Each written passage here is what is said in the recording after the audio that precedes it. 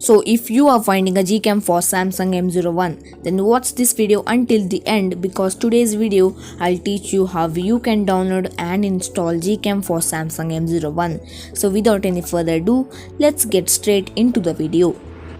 First, what you have to do is just click the first link in the description box. Then you'll be at a site called APK Mirror. Scroll down and click download. Then find download button by scrolling down. Just click it. It will ask you download or not.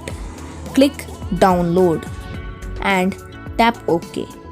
So after installing the app, it will look somewhat like this. This is the 4.1 version of Gcam. Samsung M01 only supports Gcam 4.1 or older. But if you find full screen problem, just click the second link in the description and hit the link and click download.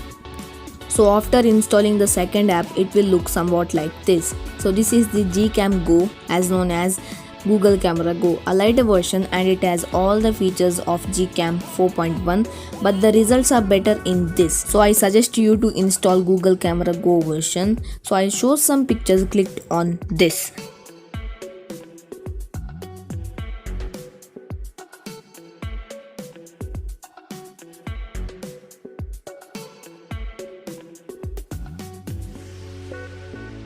So that's all for now.